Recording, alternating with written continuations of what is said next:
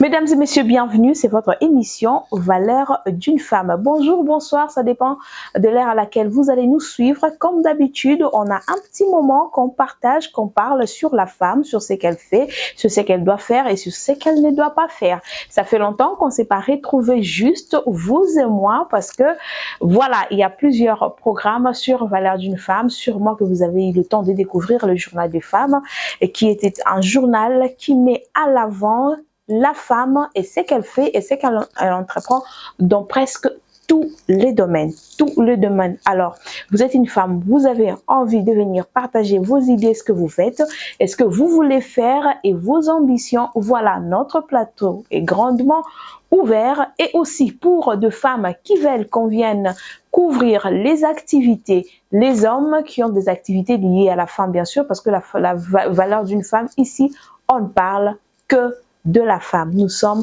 100% femmes. Alors, j'avais eu l'idée de partager une petite pensée avec vous. Bien sûr, ici, c'est pas question de coacher ou de faire quoi que ce soit, mais plutôt de partager quelques habitudes qui peuvent aider les femmes aujourd'hui à bien prendre soin de leur état d'esprit, donc de bien prendre soin de votre mindset. Donc, vous allez comprendre que vous aussi, vous avez le droit de nous envoyer vos petites habitudes, nous faire de petites vidéos peut-être, comment vous vous y prenez de la journée, la semaine, le mois, l'année, pour garder votre état d'esprit au top. Comme je l'ai toujours dit, il y a plusieurs femmes qui n'ont pas accès à l'information. Il y a plusieurs femmes qui ont réellement la volonté d'échanger, de faire bien les choses. Mais malheureusement, ces femmes-là n'ont pas de bonnes informations, donc ne savent pas comment s'y prendre et comment faire pour y arriver.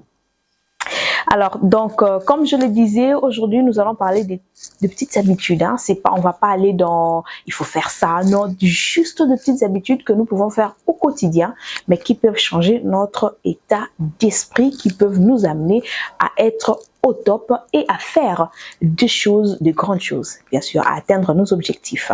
Alors, premièrement, vous allez peut-être vous étonner, ce ne sont pas des livres. Bon, bien sûr, il y a aussi la lecture qui va faire partie, mais on va aller sur ce que nous faisons chaque matin, soir, le soir avant de dormir et tout et tout. J'estime que ça aide la femme à garder un côté fort. Alors, nous allons commencer d'abord avec qu'est-ce que tu fais le matin? Tu te réveilles à quelle heure et tu dors à quelle heure? Ça, c'est très important.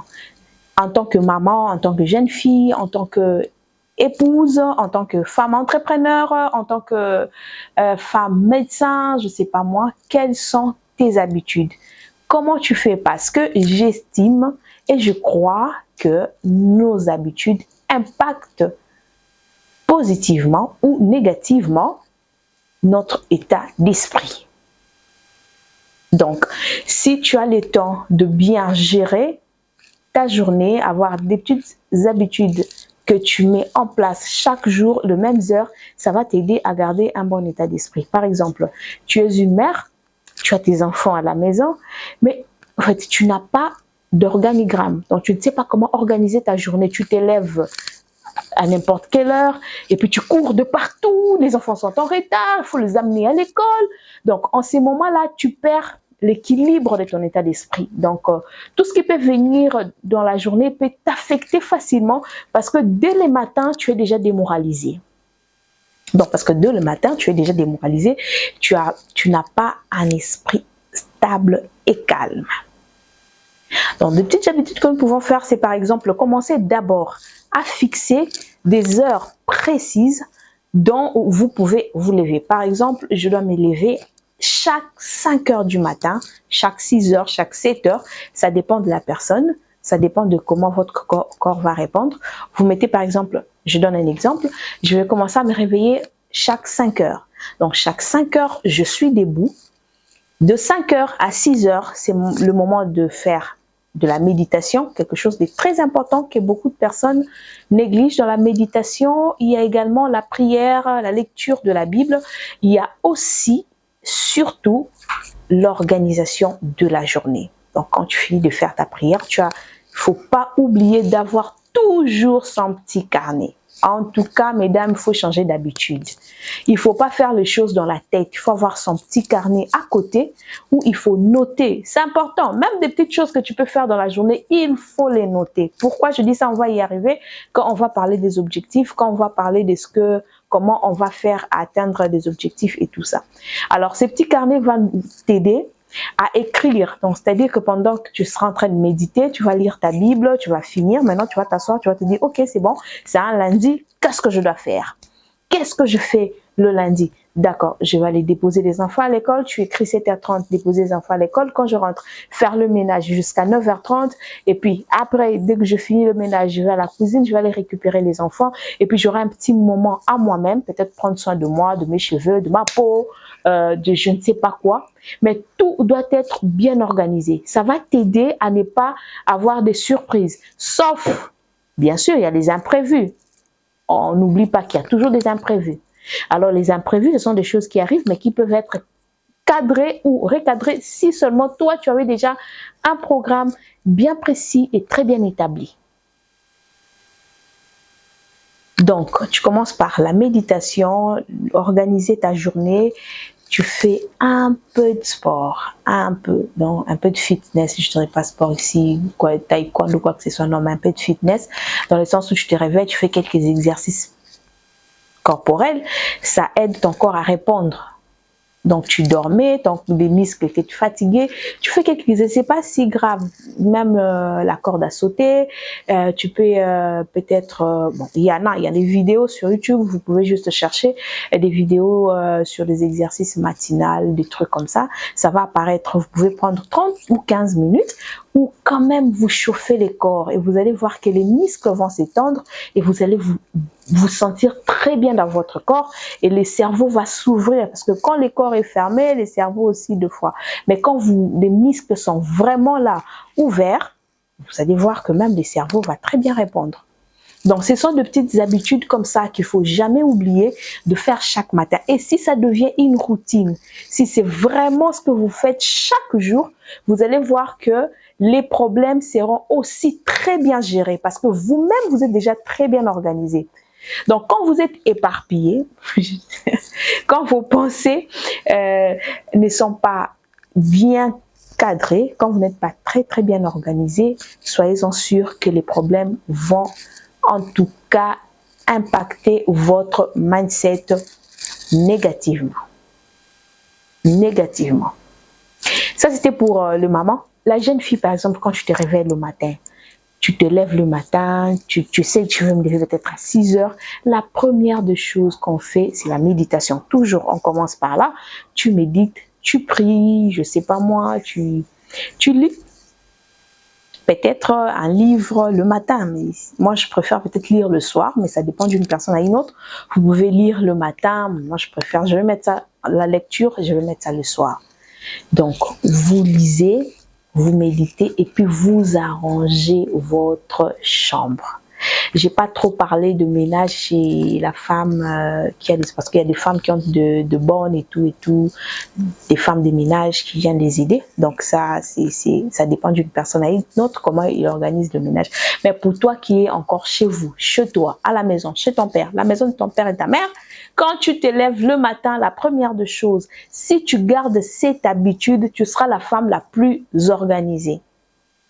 Tu arranges ton lit, tu fais très bien ton lit et puis tu prends ta douche, tu commences ta journée. N'oubliez toujours pas d'écrire, je serai à l'université, je vais faire telle chose. Pourquoi je dis qu'il faut écrire? Peut-être les gens vont trouver ça banal.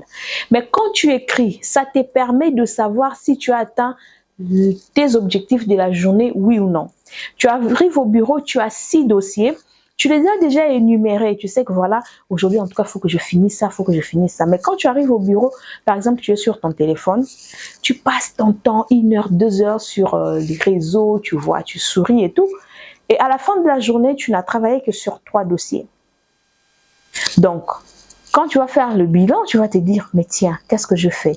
Ah, il fallait normalement que je fasse 6 dossiers. Mais si tu n'as pas énuméré, ça peut t'échapper. Tu vas trouver que tu as fait un travail et que c'est normal. Alors que non, tu avais des objectifs. Ton objectif était de faire 6 dossiers, de travailler sur 6 dossiers, et que là, tu n'as travaillé que sur 3 dossiers. Tu t'es dit, c'est en partie déjà un échec. Donc, ça va t'aider à ce que demain, tu puisses te dire, OK, pourquoi ça m'est arrivé à ne pas faire le 6 dossiers? C'est parce que j'étais sur mon téléphone. Tu peux recadrer. Donc, tu sais, voilà, je ne peux pas. Donc, tout ça, ce sont de petites choses. Je sais qu'il y a beaucoup de femmes qui le font déjà, mais il y en a d'autres qui n'ont pas cette information. Les gens vont trouver ça peut-être banal que je vienne parler que de ça comme ça, mais c'est très, très, très important pour garder son état d'esprit au top. Avoir un bon état, c'est aussi se poser des questions. Donc, c'est poser des questions qui vont t'aider à savoir où en es-tu. Pourquoi à chaque fois tu as des échecs? Pourquoi à chaque fois que tu veux faire des choses bien, ça ne marche pas? Et surtout, il faut être honnête avec soi-même. Il ne faut pas essayer de se maquiller, de rester derrière le « voilà, moi je fais ce qu'il faut faire ».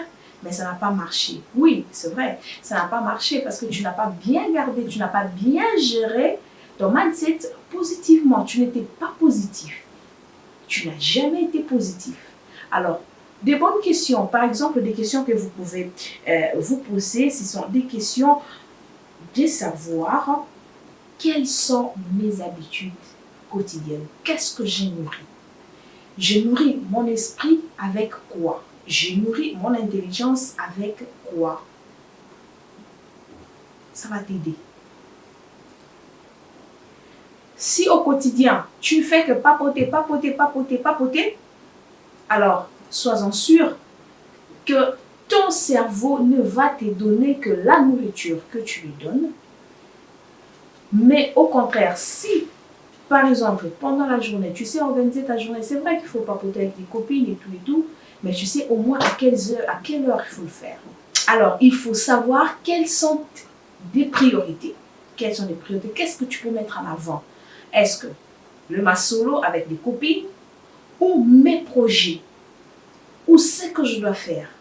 Avoir des objectifs, ce n'est pas nécessairement avoir de l'argent pour commencer ou avoir quelque chose. Non, mais quand tu as des objectifs, c'est les organiser de façon que quand tu auras des opportunités qui vont te permettre d'atteindre tes objectifs, que tu ne commences pas à chercher qu'est-ce que je vais faire. On m'a donné 1000 $, où est-ce que je vais commencer? Non, mais si tu avais déjà bien programmé, bien organisé, tu te dis si par exemple j'ai l'opportunité d'avoir 100 $, je vais faire ceci, et tu as bien écrit quelque part, tu as bien énuméré, quand tu auras tes 100 $, tu ne vas pas te perdre, tu ne vas pas aller faire des shopping ou quoi que ce soit, tu ne vas pas oublier, parce que tu avais déjà quelque chose dans la tête. Et en faisant ça, tellement que tu as aussi une journée, ou 2 mois, 2 semaines, je ne sais pas, tu organises bien tes choses, et que ton état d'esprit est bon, mais ça peut que marcher. Ça ne peut que marcher. Dans la vie, il y a des épreuves qui nous arrivent, mais il faut savoir comment répondre à cela. Et on répond bien aux épreuves que si on a un mindset qui est au top. Mais si ton mindset n'est pas au top, les épreuves vont t'écrouler. Tu vas abandonner facilement.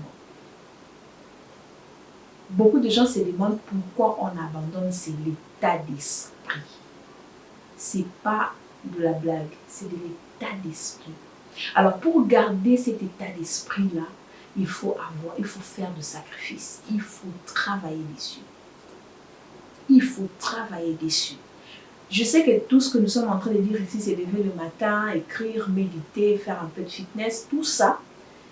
Les gens pensent que c'est facile, mais il faut le faire aujourd'hui, le faire demain, le faire après-demain, mais surtout garder l'habitude, que ça devienne une routine, que ça devienne comme un rituel. Tu le fais chaque jour, pendant 2 semaines, pendant 2 mois, tu verras que ton corps va s'y habituer et ça sera très très facile pour toi de gérer ce qui vient au quotidien comme blocage, épreuve et tout et tout. Alors, Quand on fait le sacrifice, il faut savoir des limites. Quand tu veux garder ton état d'esprit bien en place, il faut savoir quelles sont tes limites. Est-ce que tu dois rester devant les écrans pendant toute une journée, même avant de dormir, tu es devant ton écran? Non, pas du tout. Pas du tout. Tu dois te séparer un peu des écrans. Tu dois te séparer un peu de ton téléphone pendant un moment pour nourrir ton esprit autrement. Donc, je vous disais qu'on va parler de la lecture, mais le soir. Alors, avant de dormir, il y a aussi des petites habitudes à respecter pour garder son état d'esprit au top, en forme. Alors, quelles sont les habitudes avant de dormir? Il faut d'abord dormir tôt. Donc, tu précises l'heure. Ici, je ne viens pas pour vous dire à quelle heure. Ça dépend de vous, 21h, 22h, mais en tout cas pas après minuit. En tout cas pas après minuit. Il faut toujours prendre le temps de dormir avant minuit. Donc, 22h, tu arrêtes déjà avec toutes les activités qui sont liées aux écrans, téléphone, télévision, tout, tu t'arrêtes. Et puis, tu prends ton livre. Tu commences à lire. Tu lis ton livre. Des livres qui vont t'aider dans ton domaine, bien sûr, il ne faut pas tout lire en même temps. Peut-être des petits poèmes qui peuvent t'aider à sourire, à entrer un peu dans l'histoire, à nager dessus. Mais il faut aussi bien plus lire sur les domaines, sur ton domaine. Donc, ça va t'aider à avoir des idées, comment t'y prendre, comment l'autre avait fait, si tu es une femme entrepreneur, tu vas lire sur l'entrepreneuriat, tu veux voir comment l'autre avait échoué, qu'est-ce qui a fait qu'il puisse échouer. Si tu es une femme médecin, tu dois lire sur la médecine selon ta spécialité pour savoir comment je peux faire. Et tout ça, tu es une femme avocate, il faut lire les lois. Beaucoup de gens n'avancent pas parce qu'ils ne veulent pas avancer avec le monde ensemble. Il faut avancer avec le monde. Il faut aller avec le monde. Donc, c'est-à-dire que quand tu es médecin, il faut savoir quelles sont les nouveautés. Quelles sont les nouveautés pour moi? Quelles sont les nouveautés aujourd'hui? Comment est-ce que la technologie, par exemple, je parlais avec un ami qui me disait qu'il s'est posé la question avec l'intelligence artificielle aujourd'hui, qu'est-ce que la médecine va devenir? Par exemple, ce genre de questions.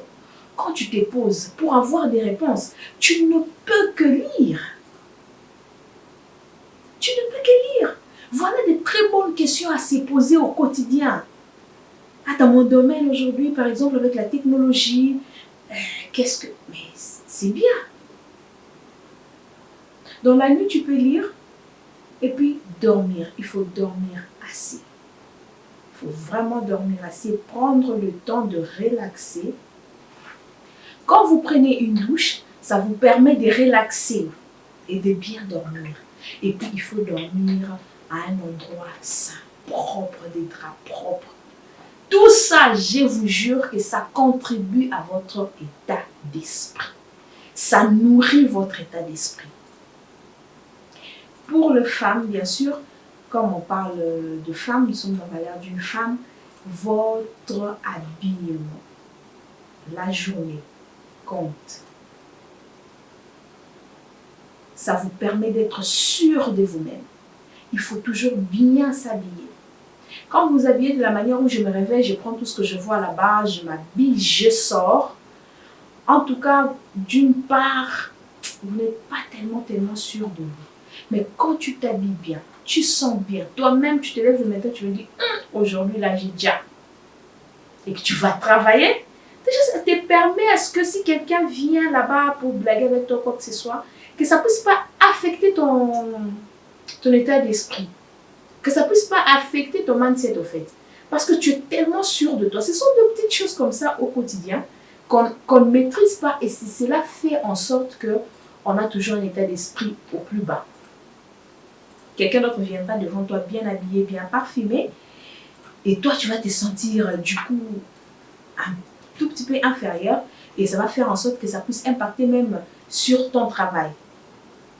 Mais quand tu t'habilles bien, le parfum ne coûte pas cher. Fais juste en sorte d'être bien habillé. Même ta petite robe là que tu as achetée à 10 000 francs, bien repassée, tes crêpes et tout ça, tes cheveux, même si c'est juste tressé, je ne sais pas moi comment, mais tu es sûr, tu mets la poudre, tu mets un peu de parfum pour 3 000 francs.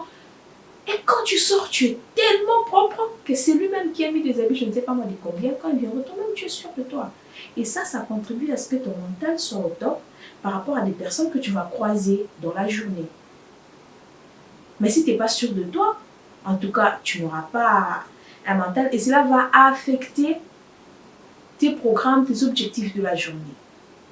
Voilà quelques idées que j'avais prévues pour partager avec vous sur comment garder son état d'esprit au top. Donc, on va récapituler un tout petit peu avec ce que je venais de dire tout à l'heure. Je dis qu'il faut d'abord commencer par mettre des heures précises pour le réveil et pour dormir. Après, le matin, il faut organiser la journée. Donc, il faut commencer d'abord par la méditation. Dans la méditation, je dis qu'il y avait la prière, il y avait la lecture.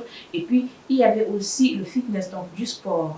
Bouger un peu son corps et puis organiser sa journée. En organisant sa journée, je me suis dit que pendant la journée, il faut se poser, avoir des objectifs clairs à atteindre pendant la journée. Comme ça, le soir, quand vous allez vous mettre pour faire votre bilan, vous allez savoir si réellement pendant la journée, j'ai atteint mes objectifs, oui ou non.